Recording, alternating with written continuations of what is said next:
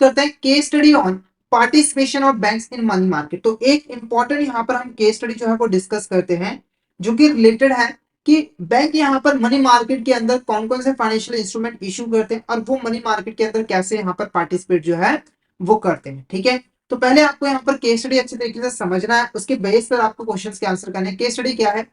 Financial institutions जैसे कि financial institutions such as banks must constantly manage their liquidity to ensure they can meet their short term financial obligations like withdrawals and operation expenses। देखो financial institution जैसे कि bank को अपनी liquidity को manage करना जरूरी होता है ताकि वो अपने शॉर्ट टर्म फाइनेंशियल ऑब्लिगेशंस को फुलफिल कर पाए, जैसे कि विड्रॉवल्स हो गए, ऑपरेशनल एक्सपेंसेस हो गए। ठीक है, to achieve this bank engage interbank money market where they borrow and lend funds each other. देखो इस ऑब्जेक्टिव को अचीव करने के लिए जो बैंक्स है वो इंटर बैंक मनी मार्केट में जो है पार्टिसिपेट करते हैं, यानी कि वो एक दूसरे से, दो बैंक एक दूसरे से यहाँ पर लैंडिंग और बॉर्विंग करते हैं ताकि वो अपनी शॉर्ट टर्म फाइनेंशियल ऑब्लिगेशन को जो है वो फुलफिल कर पाए।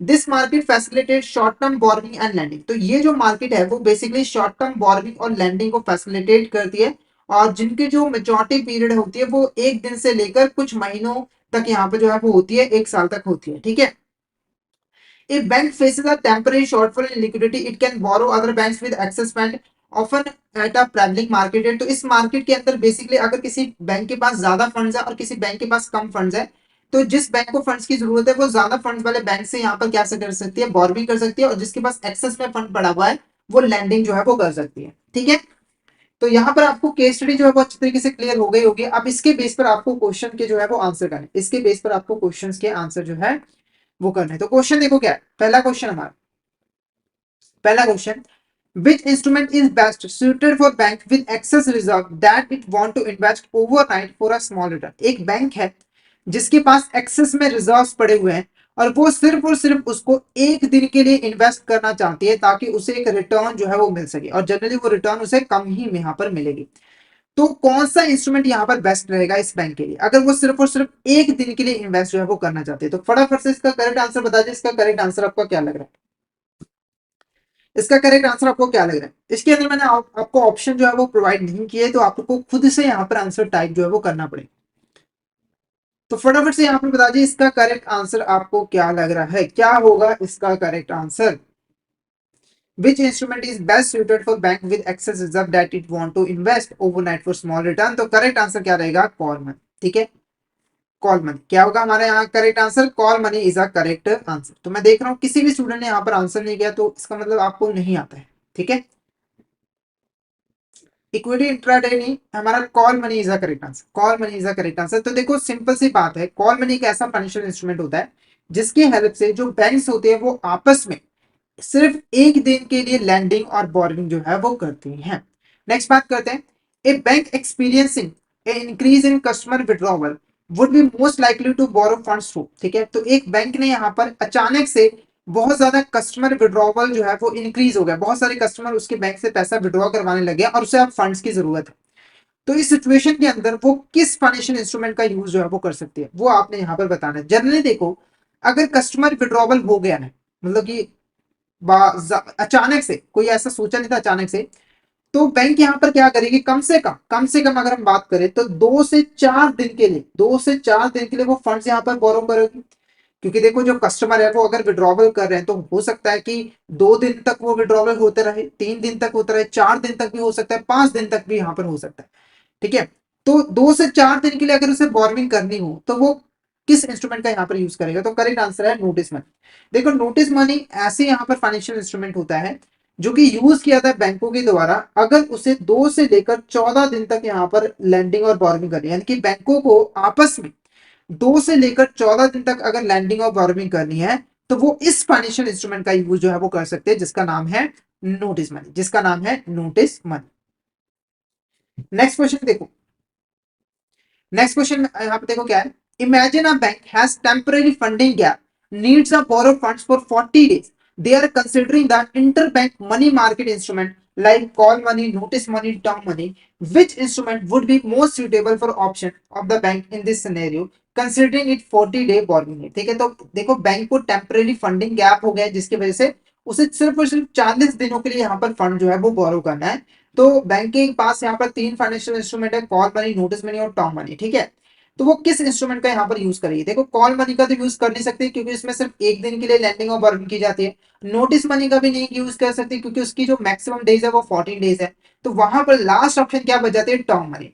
टर्म मनी बेसिकली एक ऐसी यहाँ पर फाइनेंशियल इंस्ट्रूमेंट होता है जिसके जरिए जो बैंक है वो 14 दिन से ज्यादा के लिए और 365 डेज से कम के लिए यहाँ पर बोरिंग और लैंडिंग जो है वो कर सकते हैं। तो बेसिकली ये जो 3 फाइनेंशियल इंस्ट्रूमेंट है, कॉल मनी, नोटिस मनी और टर्म मनी, ये तीनों इंस्ट्रूमेंट बैंक तब यूज करती है जब उसे दूसरे बैंक को लैंडिंग और बोरिंग जो है वो करनी होती है, ठीक है।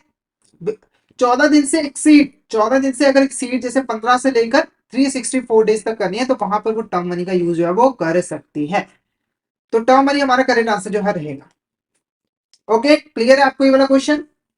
नेक्स्ट क्वेश्चन की अगर हम बात करें, dash allows individual, dash allows individual to invest in a specific amount of money for a fixed period typically ranging from 7 days to 1 year, ठीक है। तो यहां तक बात हो गई, यहां तक बात हुई कि अगर बैंक को बैंक से बोर्विंग करनी, अगर मैं आपसे पूछूं कि बैंक को अगर नॉर्मल पब्लिक से बोर्विंग करनी है तब वो कौन सा इंस्ट्रूमेंट यूज करेगी? तो वहां पर जो करेक्ट आंसर रहेगा वो रहेगा सर्टिफिकेट ऑफ डिपॉजिट, ठीक है। देखो सर्टिफिकेट डिपॉजिट ना एक एफडी की जैसे ही होते हैं। जैसे एफडी में आप क्या करते हो, एक पर्टिकुलर अमाउंट जो है डिपॉजिट करवा देते हो, ठीक है, जैसे 5 साल 10 साल के लिए, और उसके बाद जैसे ही वो टाइम पीरियड पूरा हो जाता है आपको पैसा वापस मिल जाता है। ऐसे ही जो सर्टिफिकेट डिपॉजिट है इसके अंदर भी आप स्पेसिफिक अमाउंट एक फिक्स टाइम पीरियड के लिए इन्वेस्ट करते हो, और ये फिक्स टाइम पीरियड जो है वो 7 दिन से लेकर 1 साल तक का यहाँ पर जो है वो होता है। अब आप पूछोगे सर्टिफिकेट ऑफ डिपॉजिट और एफडी के अंदर डिफरेंस क्या है? तो देखो सर्टिफिकेट डिपॉजिट शॉर्ट टर्म के लिए इशू किए जाते हैं, एफडी जो है वो लॉन्ग टर्म के लिए जो है वो इशू किए जाते हैं, ठीक है। तो सर्टिफिकेट ऑफ डिपॉजिट हमारा करेक्ट आंसर जो है वो रहेगा।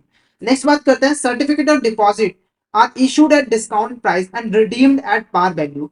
सर्टिफिकेट डिपॉजिट इशूड बाय, ठीक है। तो देखो पहले आपको ये समझना पड़ेगा, मैं हर क्वेश्चन के अंदर एक नई इंफॉर्मेशन आपके लिए लेकर आता हूं ताकि आप उस कॉन्सेप्ट को अच्छे तरीके से यहाँ पर समझ पाओ। जैसे यहाँ पर आपको क्या इन्फॉर्मेशन मिले, जैसे पहले क्वेश्चन के अंदर आपको पता लगा सर्टिफिकेट डिपॉजिट है क्या और उसकी टेन्योर भी पता लगी। अब आपको क्या पता लगा कि जो सर्टिफिकेट डिपॉजिट है वो हमेशा डिस्काउंट प्राइस पे इशू किए जाते हैं। जैसे अगर मान के चलो जो सर्टिफिकेट डिपॉजिट है उसका प्राइस है 10,000 पे, तो ये 10,000 पे आपको इशू नहीं किया जाएगा डिस्काउंट, जैसे 10% का अगर डिस्काउंट तो 1,000 का आपको डिस्काउंट मिल जाएगा, और 9,000 के ऊपर आपको यहाँ पर इशू जो है वो किए जाएंगे, यानी कि आपको सिर्फ 9,000 पे करने पड़ेंगे, ठीक है। और जब इसे रिडीम किया जाएगा यानी कि बैंक जब आपको पैसा वापस करेगा तो ये हमेशा फेस वैल्यू पे जो है वो रिडीम किया जाता है, यानी कि आपको पूरे पूरे 10,000 पे यहाँ पर मिलेंगे, और ये जो 1,000 पे है ये आपका प्रॉफिट जो है वो कहलाएगा, आपकी जो रिटर्न है वो कहलाएगी, ठीक है। अब क्वेश्चन क्या पूछ रहा था, क्वेश्चन क्या पूछ रहा था कि जो सर्टिफिकेट सर्टिफिकेट ऑफ डिपॉजिट है इसे कौन कौन इशू जो है वो कर सकता है? बेसिकली बैंक इशू करती है, कौन कौन सी बैंक यहाँ पर इशू कर सकती है वो क्वेश्चन जो है वो पूछ रहा है। पहला क्या है हमारा शेड्यूल कमर्शियल बैंक, इसे यहाँ पर शेड्यूल कमर्शियल बैंक जो है वो इशू कर सकती है। उसके बाद है रीजनल रूरल बैंक, इसे रीजनल रूरल बैंक यहाँ पर इशू कर सकती है, या फिर स्मॉल फाइनेंस बैंक, या फिर all India financial institution that have permitted by RBI. तो क्या होगा इसका करेक्ट आंसर? फटाफट से यहाँ पर बता दीजिए कि सर्टिफिकेट ऑफ डिपॉजिट जो है वो कौन कौन सी एंटिटी जो है इशू कर सकती है। फटाफट से चैट बॉक्स में इसका आंसर बता दीजिए, इसका आंसर आपको क्या लगा, क्या होगा इसका करेक्ट आंसर? फटाफट से चैट बॉक्स में बताइए। तो जो करेक्ट आंसर रहेगा वो ऑप्शन डी रहेगा, option D is the correct answer, क्योंकि ये सारे के सारे यहाँ पर सर्टिफिकेट डिपॉजिट जो है वो इशू कर सकते हैं, ठीक है। नेक्स्ट बात करते हैं, which of this statement is correct regarding the call money. तो इसमें से कौन सी ऐसी स्टेटमेंट है जो कि यहाँ पर कॉल मनी के रिगार्डिंग जो है वो बिल्कुल करेक्ट है? पहला, call money is issued by companies, call money को कौन इशू करता है? कंपनीज इशू करती हैं। Call money issued for 14 days, या फिर the interest rate paid on call money is known as call rate, या फिर ऑल ऑफ द अबव। तो फटाफट से यहाँ पर बता दीजिए कि कॉल मनी के रिगार्डिंग इसमें से कौन सी स्टेटमेंट जो है वो करेक्ट है? फटाफट से चैट बॉक्स में बता दीजिए क्या होगा इसका करेक्ट आंसर। कॉल मनी के रिगार्डिंग यहाँ पर कौन सी स्टेटमेंट करेक्ट है? कॉल मनी को कंपनीज इश्यू करती, क्या ये स्टेटमेंट करेक्ट है? नहीं, ये स्टेटमेंट करेक्ट नहीं है। क्यों नहीं करेक्ट है? क्योंकि कॉल मनी को इश्यू करती है bank. Call money issued 14 days, तो ये करेक्ट है? नहीं, ये भी करेक्ट नहीं, कॉल मनी सिर्फ एक दिन के लिए इशू की जाती है। Interest rate paid on the call money is known as call rate, तो ये स्टेटमेंट यहाँ पर करेक्ट है, ये स्टेटमेंट हमारी करेक्ट है, तो option C is the correct answer.